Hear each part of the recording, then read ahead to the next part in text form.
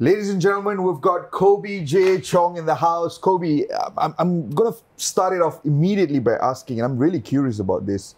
Has your name got any sort of affinity to Kobe Bryant? Yeah. So that was the reason. Yeah. So I'm assuming your dad or your mom? My dad plays basketball. Ah. My mum plays netball, so they thought, how can we get another successful person in the family, and they named me Kobe. You've got a pretty huge name there on the shoulders. No pressure. Yeah. Definitely. Kobe, thanks so much for taking the time to have this chat with us. You've been in Malaysia now for how long? What, 3 days? Yeah, 3 days, yeah. But this isn't your first time here, right? You've been here multiple times, right? Yeah, this is my second time. Second time. When was the first time that you were here? 2022. 2022. I want to start things off by talking. We will obviously get to the conversation about your desire to come to Malaysia and play, and Malaysian football, and also your experiences in the UK. But I want to start things off by understanding your lineage and your upbringing a little bit now. So as I understand, your father is Malaysian, right? Yeah. Or used to be Malaysian. Yeah. And where was he originally from in this country? So my father and his family, they're from Ipoh. Ah, yeah, they're from Ipoh. Yeah. Oh, I'm from Ipoh too. Oh, okay. That is my hometown. Oh, yeah, perfect. yeah. So we originate from there. Okay. And then obviously transferred to London after a few years, and then that's it. Yeah. When you were growing up, right, as a kid in Birmingham, was there any sort of Malaysian influence in your upbringing? Around my grandma, yeah. Okay. Around my grandma, yeah. Malaysian food and stuff like that. In terms of, because obviously your dad having experienced like bits and pieces of Asian parenting. Yeah. Was there Asian bits of parenting involved in your upbringing? Yeah, definitely a lot of pressure to train. A lot of quite serious around training and studying and the basics. I was about to ask that, the studying, right? How finding that balance between wanting to be a competitive athlete, but at the same time, Asian parents tend to always prioritize school. What was that like? Because we're obviously more westernized, like the pressure was there until we saw that football could be, something for the future for me. But up until I was like 14, 15, it was quite full on, And at what point exactly, because you mentioned 14, 15, but at what point was there like sort of like a light bulb moment within you, or perhaps even within your parents, that, hang on a minute, football could really be a tangible career option here? I think probably around like 10 to 12 years old. Why specifically? Because I was at West Bromwich Albion. Okay. And then Sporting Lisbon, they contacted my dad to come in to train with them. Yeah. And I think that's when we realised, like, okay, I must be okay, I must be all right, right? And then I think when I moved to Italy again, to join obviously Cagliari and Syria, then they probably started to think, okay, like, that's quite serious. And for you on a personal level as well, was that also sort of like around the age when, you sort of decided that, hey, this is what I want to be? I've always played football, so football's always been something that I've wanted to do. But I think until I obviously signed my first professional contract with Peterborough, football's always something I've wanted to do. But once I signed that first pro, that's when it got more serious. I remember your post on Twitter, on Instagram, the day you signed that first contract. That must have been a pretty surreal moment, because I mean, we hear about the statistics all the time. There's thousands, tens and hundreds of thousands of kids in the UK that exist in all the different pyramids of football with the same dream, but very few ever get to the level of being able to sign their first ever pro contract. Yeah, England's very difficult. It's very, very difficult. Only like a small percentage can sign the first contract, and then obviously staying on the contract is another kettle of fish. So it's tough out there. Yeah. I want to understand a little bit about sort of like your relationship with Malaysian football. I mean, obviously now you're probably a lot more aware of Malaysian football, the teams, the players, the recent results and matches. But growing up, was there any sort of affinity? Did your dad ever mention anything about Malaysian football? Were there stories of Malaysian players that you'd heard of growing up? Not really, if I'm being honest. When I was growing up, obviously, we grew up in obviously England, so obviously wasn't really familiar. But as I grew up and I used to have an agent named Peter, and he made me aware of obviously Malaysian football with my heritage and stuff. And then since then I've been following it ever since. So since about 2020, you know, obviously I've been following the Malaysian Super League and, you know, been looking out for the teams, been keeping updated with the players and stuff. So yeah, and eventually obviously when I came over, and obviously now like it's becoming more and more serious. So yeah. So when you were growing up, which was exactly your team? Man United. Yeah.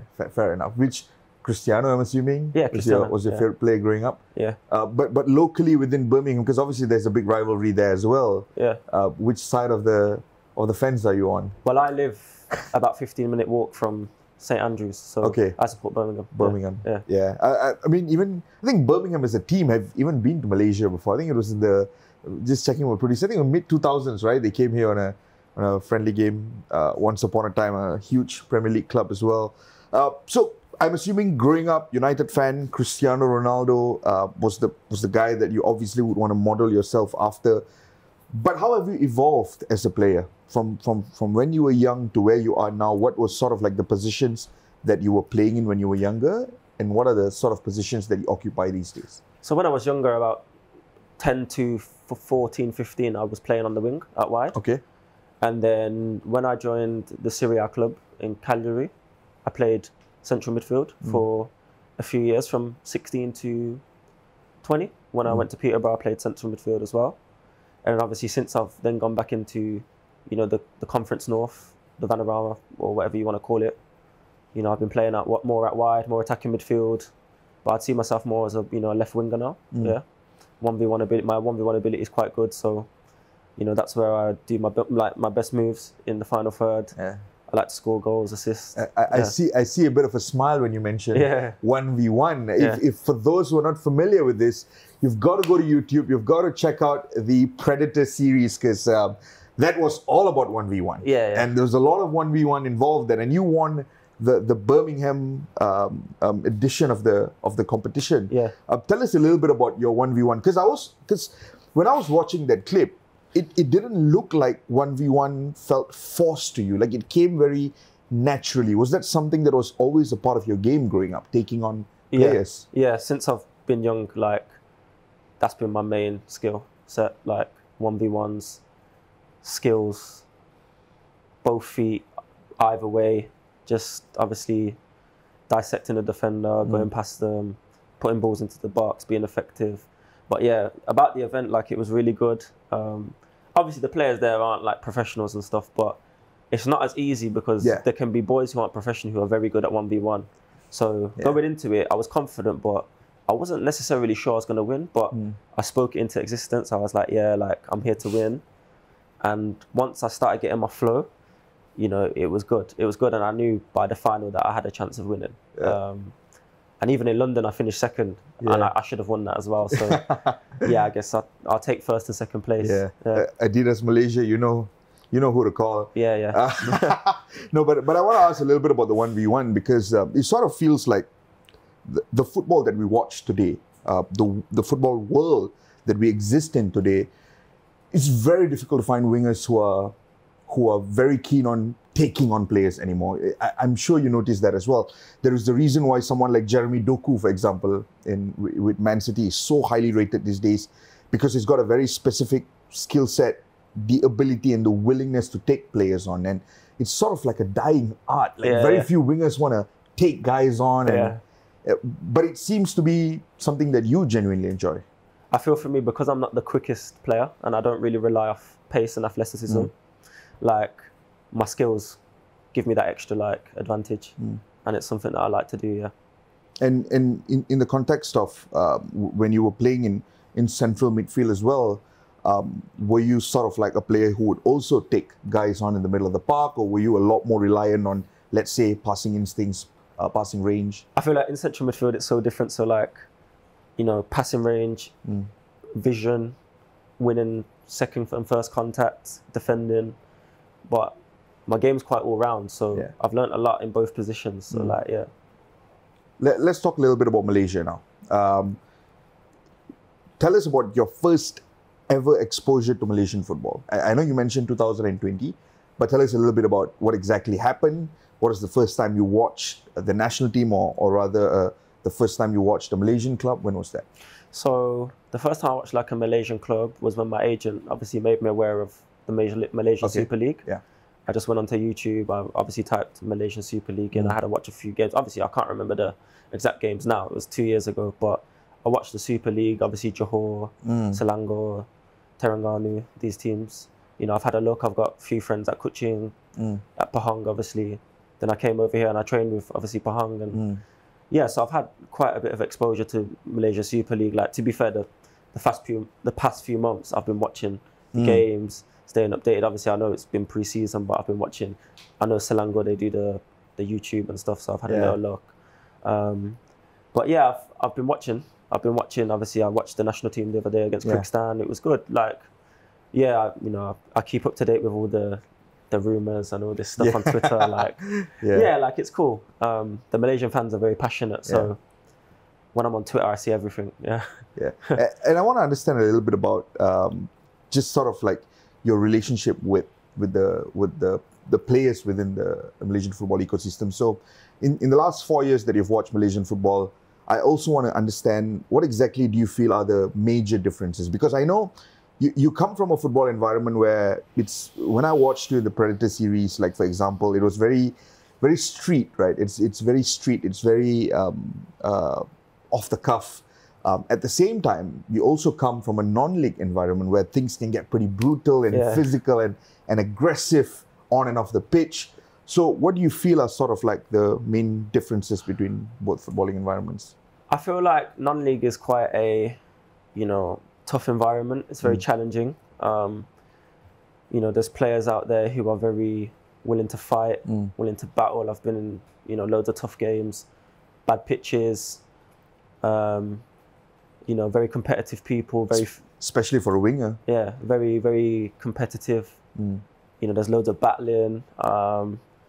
Malaysian football, like, it's physical. Obviously, the players they're athletic. They're a bit more, you know, technical.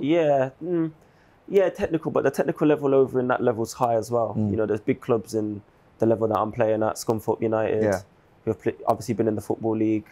You know, there's a few other big clubs. Can't name them off the top of my head, but yeah, like, obviously it's quite different. The pitches over here are different. The stadiums are obviously bigger in the Super League. We still play in quite big stadiums, but not to the size of the Super League, obviously.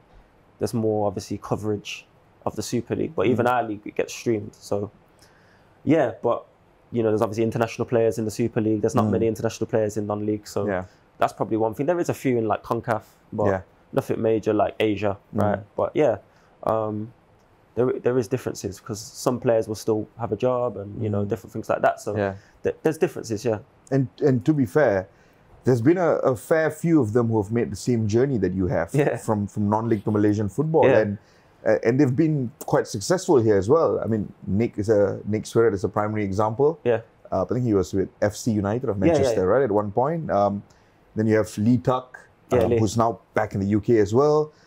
There's a few other names that I'm not getting at the top of my head, but in terms of your observation of Malaysian football, who are sort of like the names that have genuinely caught your eye when you've watched the team over the last 4 years? So, Stuart Wilkin. Okay, I've seen he's like coming up now. Doing very well. Not now, but obviously at the minute. I've seen Noah Lane recently. He's one who's obviously got a big future. Obviously Darren Lock. I know obviously Darren Lock because that's another one, on a right? similar journey. Same journey. Who else? Obviously Lee before. Obviously Faisal. And obviously a great player. Obviously shame what happened, but he's another one who's, for me, he's one of my favorite ones.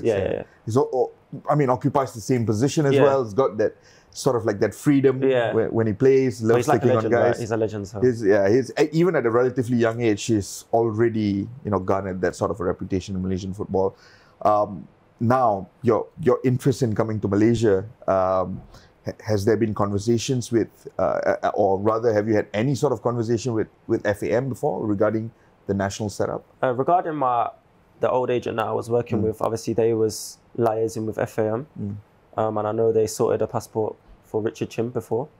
I'm no longer with that agency, so obviously regarding the FAM stuff, obviously the naturalization process can happen, obviously, once you join a club. So I'm just going to be patient. But yeah, a few clubs have been in touch, especially obviously before the first window. And that was when I joined Kingsland Town. So I had a few people message me and say, do you want to come to this club? Do you want to do this? Do you want to do that? But, I signed over there. So I thought, okay, we'll give it a bit of time, see what happens. But yeah, obviously there's always contact from Malaysia, and obviously it's becoming ever serious. So yeah.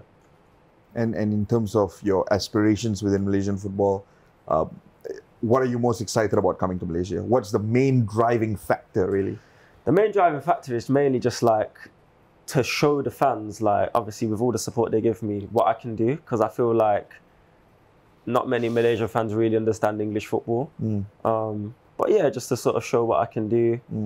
Obviously, the national team is the main objective, but playing in the Super League, playing in the obviously Asian Champions League is obviously another big driver. So yeah, mainly just to play as high as I can and just make the people proud. That's all I want to do. Yeah. It's one of the more fascinating things when I have conversations with people that come to play in Malaysia is obviously there's a lot of different driving factors, but then once they come and experience the culture here, one of the things they always speak about highly is sort of like that fan culture, the crowd that exists in the stadium, the ability to play in front of tens and thousands and sometimes even 50,000 people on a weekly basis.